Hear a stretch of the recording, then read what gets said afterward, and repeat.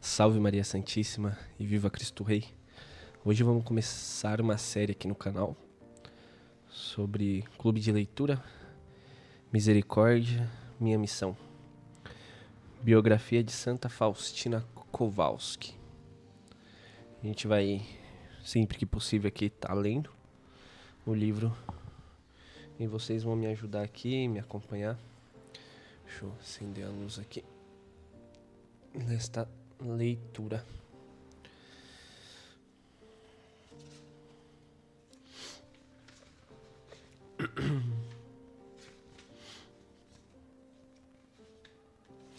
Vamos começar aqui com a introdução.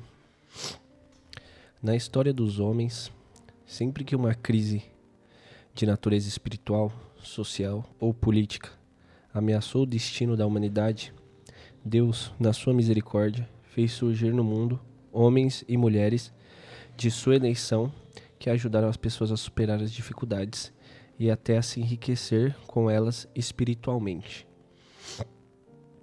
Lembremos de alguns deles: Francisco de Assis, Santa Catarina de Sena, Joana d'Arc, Margarida Maria Alacoque, Bernadette de Lourdes e Teresa de Lisieux, a Santa Teresinha. No início do século XX, para enfrentar o ateísmo, materialismo e a filosofia do comunismo, Deus enviou a Santíssima Virgem Maria às 3 crianças em Fátima. E quando crescia o poder de Hitler, o próprio Cristo, apareceu uma moça polonesa conhecida na vida religiosa como Irmã Faustina, beatificada em 18 de abril de 1993 e canonizada em 30 de abril de 2000 pelo Santo Padre Papa João Paulo II.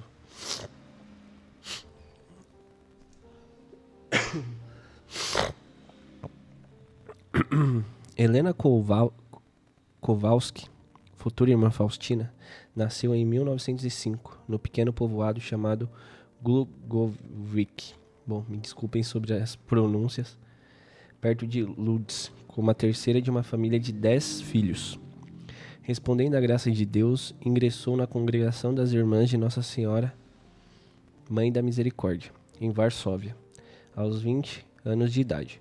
Como tinha pouco estudo, desempenhou na vida religiosa tarefas comuns, de cozinheira, jardineira, porteira, e nessa humilde condição de vida vivenciou grandes experiências místicas que passaram despercebidas até das mais próximas companheiras. Aceitou o convite de Jesus para ser sua apóstola e secretária, para anunciar novamente à humanidade a mensagem evangélica da misericórdia de Deus. Em 1934, obedecendo ao seu diretor espiritual, aos seus superiores e ao próprio Jesus, Irmã Faustina começou a anotar as suas experiências. Passando algum tempo, enquanto seu diretor espiritual estava ausente, visitando a Terra Santa, Irmã Faustina queimou o caderno que havia escrito, até então, o que teria sido supostamente sugerido por um anjo. Quando seu diretor regressou e tomou conhecimento disso, ordenou que lhe reconstituísse a parte destruída e continuasse a anotar as suas experiências. Por isso, Irmã Faustina nem sempre datava suas anotações, mas começava simplesmente com as palavras em determinado momento. Além disso,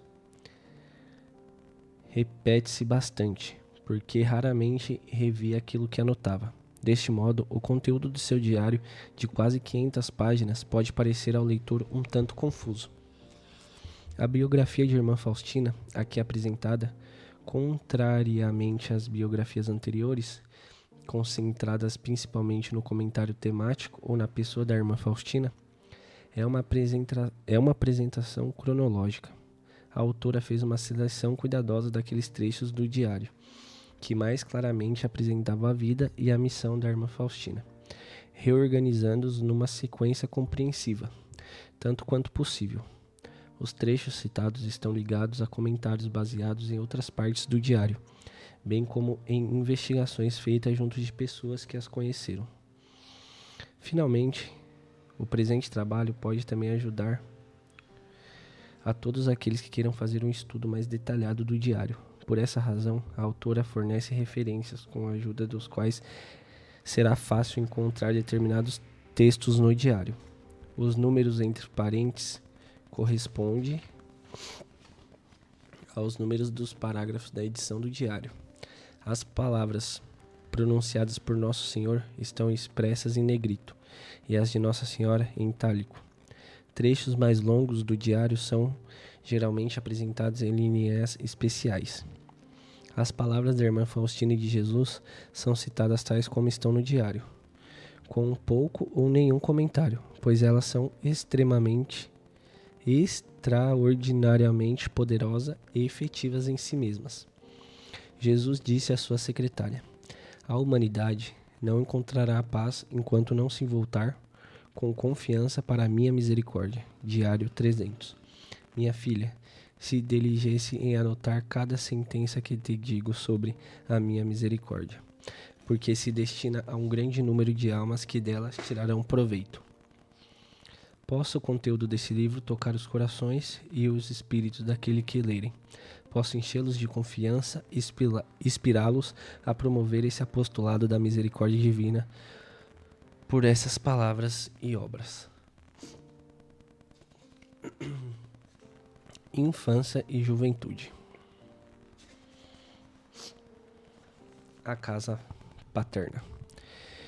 Irmã Maria Faustina do Santíssimo Sacramento, que conhecemos simplesmente como Irmã Faustina, nasceu perto do centro geográfico da Polônia, não muito longe da cidade têxtil de Lutz. E justamente no distrito de Lutz, no município de Turek, que se situava o pequeno povoado de Głogowicz, enfim, que hoje já não encontramos no mapa da Polônia, porque Głogowicz faz parte da Skierniewice, enfim. O pai de Faustina, Stanisław Kowalski, nasceu no povoado de Świnicy no dia 6 de maio de 1868. A mãe Mariana Babel, no dia 8 de março de 1885, no povoado de... Muito difíceis palavras em polonês. Parece não haver informações sobre os anos da infância deles. Após um matrimônio contraído no dia 28 de outubro de 1892, fizeram residência em Głogowicz. O nome Głogowicz derivava da palavra Głog, que significa o fruto do espinheiro, ou, num sentido mais amplo, ervas daninhas ou arbustos espinhosos. O espinheiro é um arbusto ou uma árvore baixa da família das rosáceas, como flores brancas ou vermelhas, frutos esféricos e brutos espinhentos. Não importa se o nome Głogowicz expressa uma exatidão. O caráter do povoado, o importante é que, por providência divina, as ervas e espinhos dessa modesta localidade nasceu uma verdadeira flor.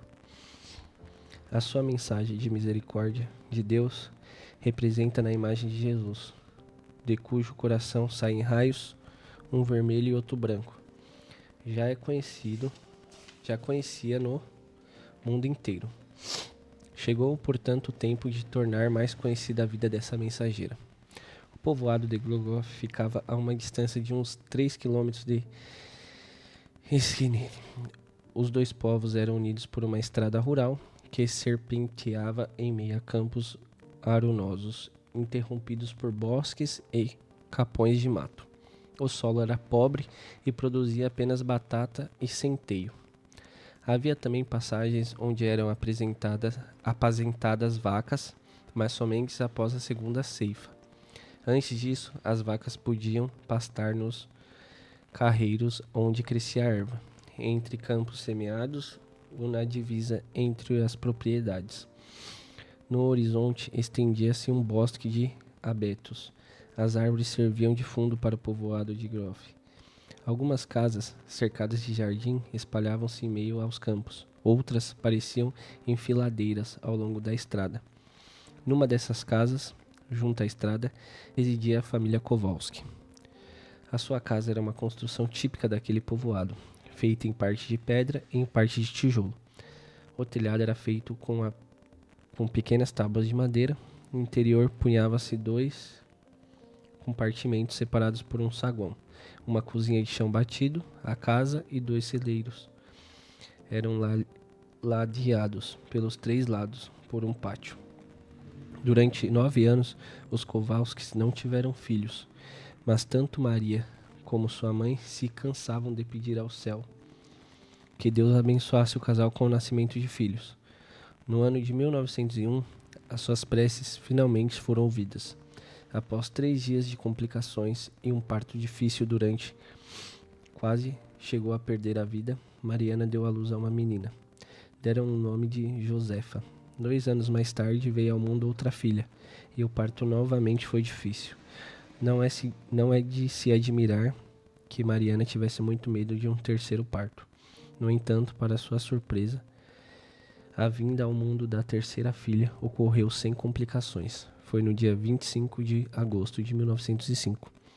2 dias depois, o pároco da igreja de São Casimiro, em Padre José, nomes muito difíceis, batizou com o nome de Helena. Os padrinhos foram Martin Kowalski e Maria.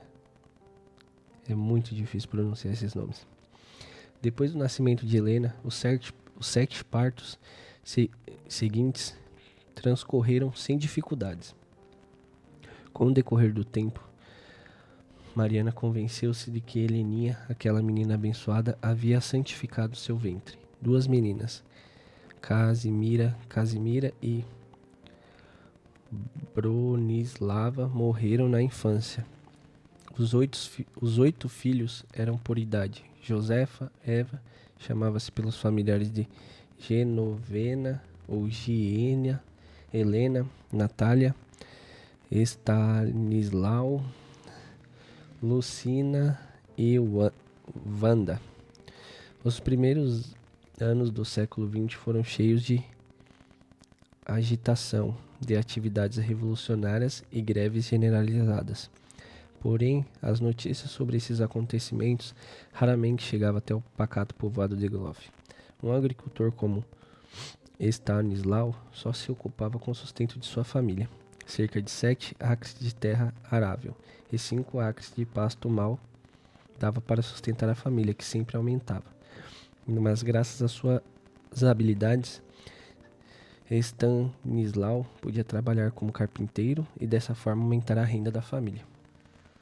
Embora durante os dias se dedicasse à carpintaria e depois ainda trabalhasse no campo, muitas vezes até altas horas da noite, Stanislau acordava muito cedo e iniciava o dia com canto tradicional, pequeno ofício de Imaculada Conceição da Santíssima Virgem Maria, conhecido simplesmente como pequeno ofício, que na quaresma era substituído pelas lamentações sobre a paixão do Senhor.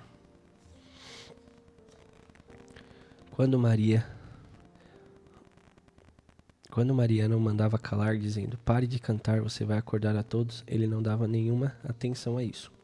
"A primeira obrigação se deve a Deus", retrucava algumas vezes. Essas palavras certamente refletiam o sentimento contido numa canção matinal popular de adoração a Deus. Ao amanhecer da aurora, que também fazia parte de seu repertório diário. Ao amanhecer da aurora, toda a terra vos adora, os seres com os hinos seus vos adora. Grande Deus, é o homem ser ditoso, muito feliz e venturoso, como não vos louvaria, dando graças dia a dia. Essas práticas caracterizavam a fé pessoal de Stanislau, uma fé simples, mas profunda. Nunca faltava a Santa Missa aos domingos e dias santificados, e como era de costume, na época recebia a Santa Comunhão, sobretudo na Páscoa e no Natal, e possivelmente também em outras festas importantes. Mais tarde, quando a idade não lhe permitia ir à igreja, pendurava-se um relógio sobre a cama, desejando espiritualmente participar da Santa Missa Dominical, que naquela hora estava sendo celebrada na igreja. Stanislau conduzia sua família de acordo com os mandamentos de Deus e da igreja, em conformidade com a secular tradição polonesa. Um dos seus filhos, que mais tarde se tornou organista na igreja paroquial, assim falou a seu respeito. No que diz respeito à religião, o pai era muito exigente para conosco e para com Helena também, pelo que agora somos muito gratos. No que toca à disciplina, o seu filho, Stanislau, embora lembra que, certa vez na sua infância, quando quebrou um galho no salgueiro do vizinho, seu pai lhe aplicou um castigo muito severo, como se não tivesse sido um grande delito. Por sorte, a severidade do pai era amenizada pelo amor compreensível da mãe. Os filhos recordam a mãe como uma mulher ativa, trabalhadora, cheia de desprendimento. Embora estivesse ocupada com a educação dos filhos, ajudava o marido como podia. Diariamente levava uma refeição quente, onde quer que estivesse trabalhando. Ao voltar, sempre trazia nas costas uma feixe de lenha para o fogão. Procedia assim mesmo no intervalo, quando a neve atingia os seus joelhos. No inverno, quando a neve assim atingia os seus joelhos. Desta forma, esses pais pobres, sem instrução, mas honestos pela palavra e pelo exemplo, ensinaram aos filhos o amor de Deus, a obediência e o amor ao trabalho. Não é de admirar, portanto, que toda a vida de Helena distinguisse por essas virtudes. Muito cedo, Heleninha aprendeu a recitar breves orações. Quando crescia um pouco, passou a rezar com toda a família. Normalmente, as crianças não são capazes de concentrar a atenção em alguma coisa por muito tempo.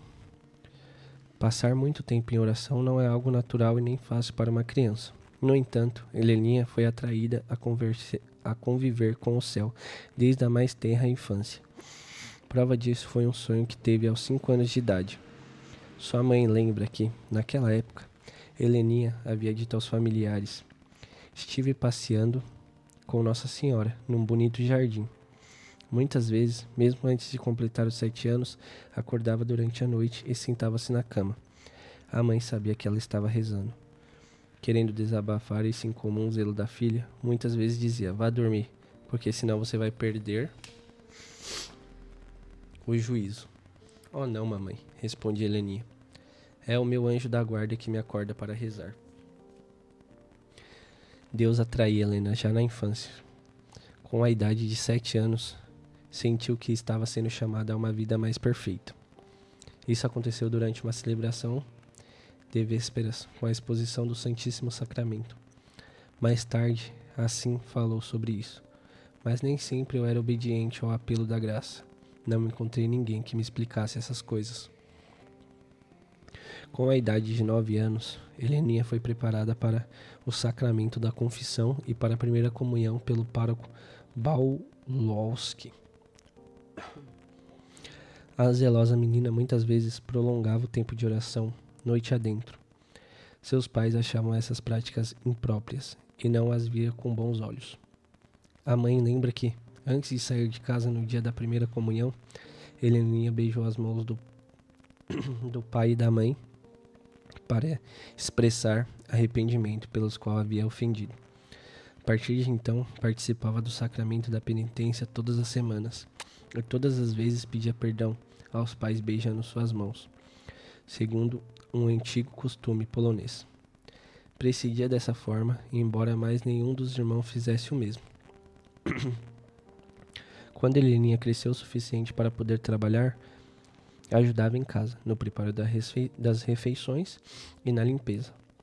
Mais tarde, cuidava dos irmãos menores e estimulava-os a serem obedientes e diligentes nas tarefas que eram-lhe confiadas. Não é de admirar que o caráter bondoso de Heleninha, sua obediência e sua vontade de ajudar anteciparam-se às necessidades dos outros, fizesse com que ela se tornasse a favorita dos pais. Tendo aprendido com o pároco quais eram suas obrigações religiosas, Heleninha procurava sempre santificar o dia do Senhor e não deixava de participar da missa aos domingos.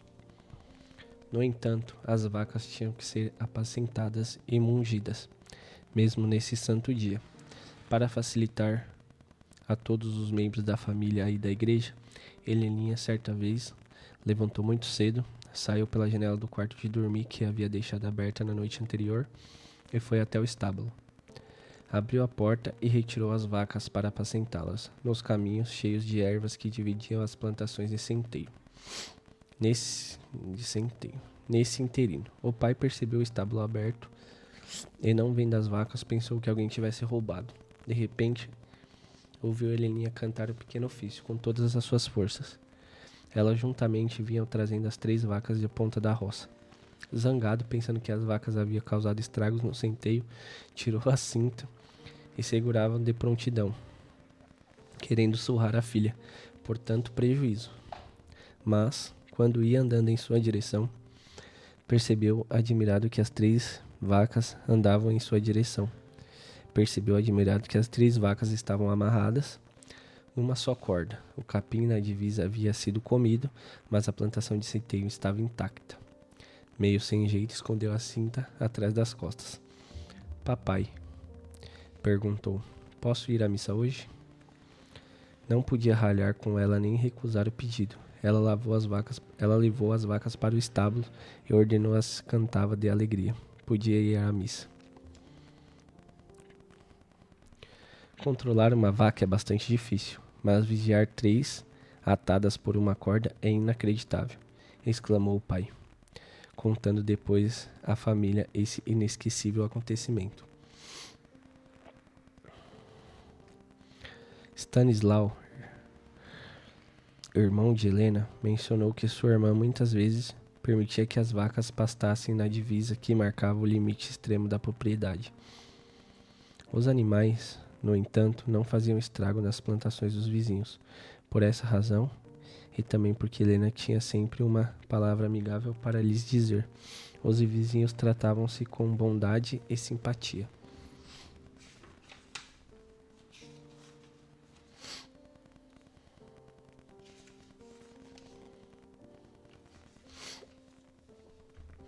Sempre que era a vez de Helena de levar as vacas para a pastagem, reuniam-se em volta dela muitas crianças, que eram atraídas pela sua bondade natural.